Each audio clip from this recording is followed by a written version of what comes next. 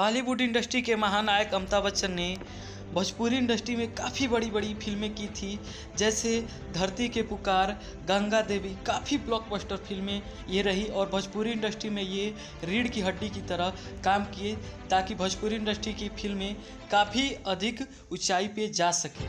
लेकिन भोजपुरी इंडस्ट्री की दुर्भाग्य ये है कि काफ़ी इसमें अश्लीलता फैल चुका है। अमिताभ बच्चन ने लाइव आके बताया कि भोजपुरी इंडस्ट्री में कोई अश्लीलता अधिक परोस रहा है तो वो है भोजपुरी इंडस्ट्री की हीरोइन है, जो काफ़ी अपने आप को सुपर हिट करने के लिए अपनी अश्लील वायरल वीडियो कर देती है। इन्हें त्रिकासन मधु का भी नाम लिया।